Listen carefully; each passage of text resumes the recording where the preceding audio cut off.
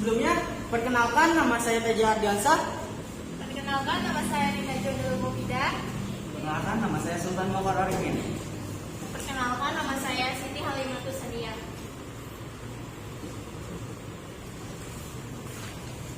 Yang pertama kita akan menjelaskan mengenai hak asasi manusia. Apa sih hak asasi manusia itu? Menurut John Locke, hak asasi manusia merupakan hak yang diberikan langsung oleh Tuhan Yang Maha Esa sebagai sesuatu yang bersifat kodrati. Artinya hak yang dimiliki manusia menurut kodratnya tidak dapat dipisahkan dari hakikatnya sehingga sifatnya suci. Namun menurut Undang-Undang Nomor 39 Tahun 1999, hak asasi manusia adalah seperangkat hak yang melekat pada hakikat keberadaan manusia sebagai makhluk Tuhan Yang Maha Esa. Hak itu merupakan anugerahnya yang wajib dihormati, dijunjung tinggi, dan dilindungi negara, hukum, pemerintah, dan setiap orang demi kehormatan serta perlindungan harkat dan martabat manusia. Dari dua teori tersebut dapat diartikan bahwa hak itu setiap warga negara berhak mendapatkan pengakuan, jaminan, perlakuan, dan kepastian hukum secara adil di hadapan hukum negara. Lalu kewajibannya yaitu setiap warga negara wajib memiliki jaminan hukum dan pemerintah wajib memperlakukan setiap warga negara secara adil atau sama rata.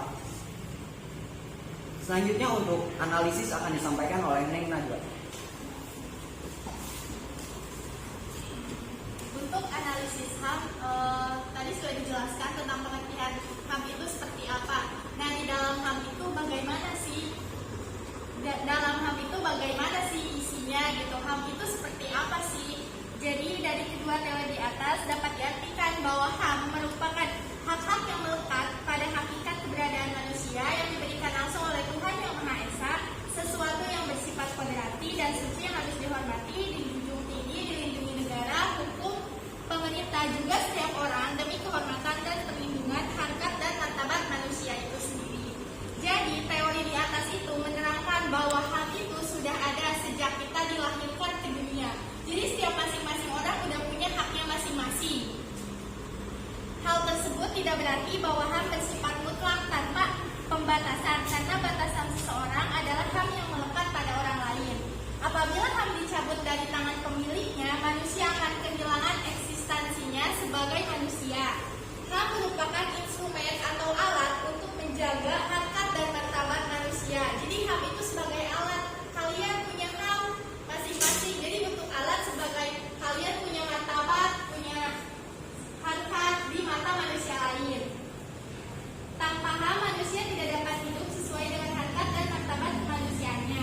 Sebagai makhluk yang paling sempurna, kita sebagai manusia mempunyai HAM yang sudah ada sejak dilahirkan, kemudian dilindungi oleh negara melalui Undang-Undang Nomor 39 Tahun 1999.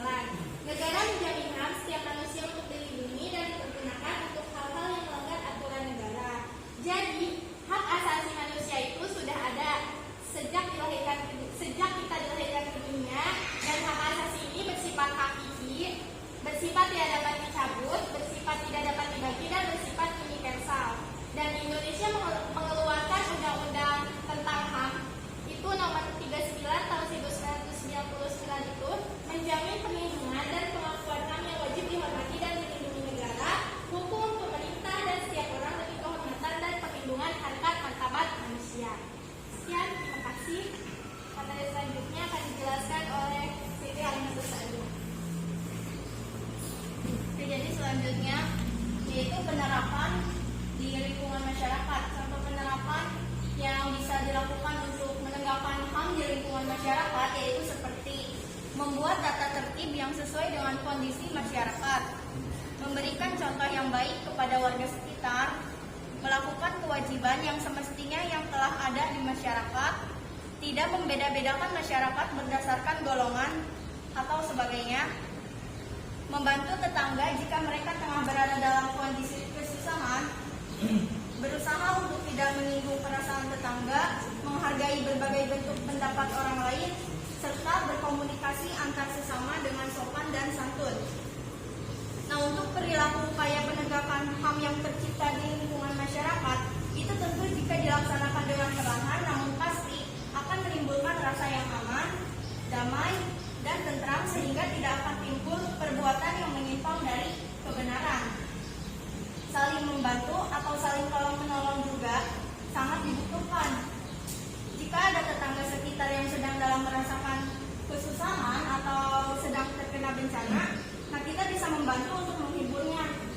Dan kita juga bisa mengurangi beban mereka dengan bantuan yang kita miliki. Jadi kita sesama tetangga harus saling interaksi untuk membantu.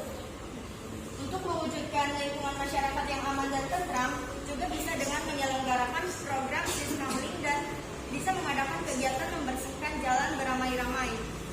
Sekian materi selanjutnya akan disampaikan oleh Reza Ardiansyah. Di penerapan tadi yang disebutkan oleh Agus, ada beberapa kendala yang umumnya berusaha tidak menyinggung perasaan tetangga.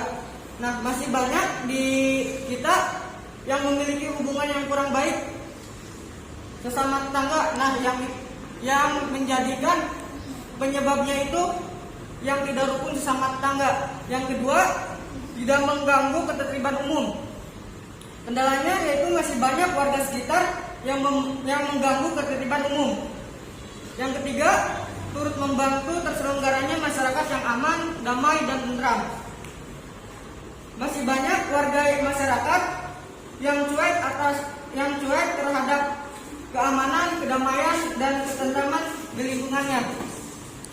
Adapun kendala dari pemerintah, yang pertama yaitu kondisi sosial budaya yang berbeda, kurangnya sosialisasi mengenai HAM yang merata ke semua masyarakat, kebijakan yang menimbulkan pro dan kontra, dan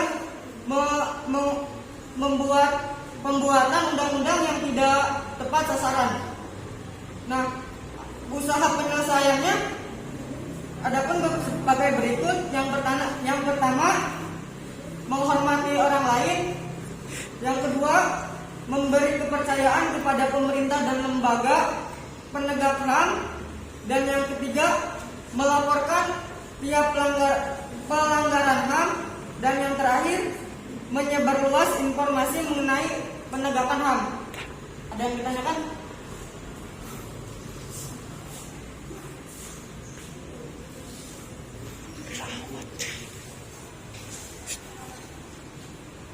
Saya ingin bertanya, saya kira upaya apa yang bisa dilakukan untuk menjaga hak asasi manusia ini? Terima kasih.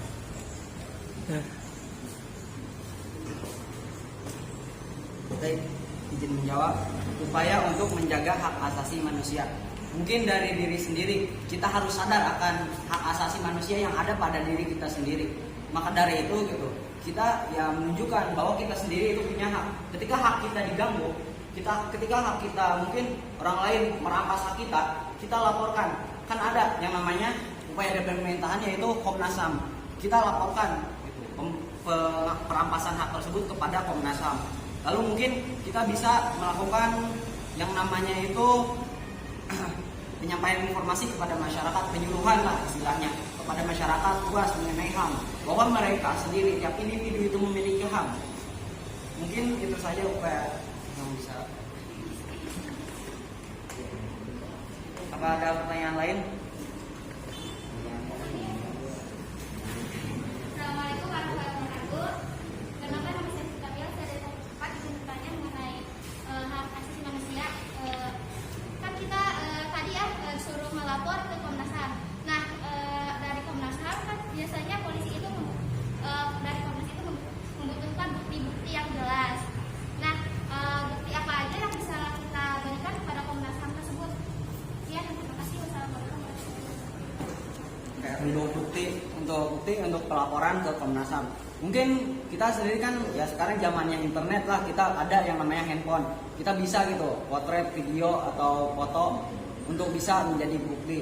Atau ya kita juga ada saksi gitu kan. Dalam kasus pasti ada seseorang sebagai saksinya. Maka dari itu ya kita bisa bareng dengan saksi tersebut melaporkan ke Komnas HAM. Sekian. Sekian dari kelompok kami. Wassalamualaikum warahmatullahi wabarakatuh.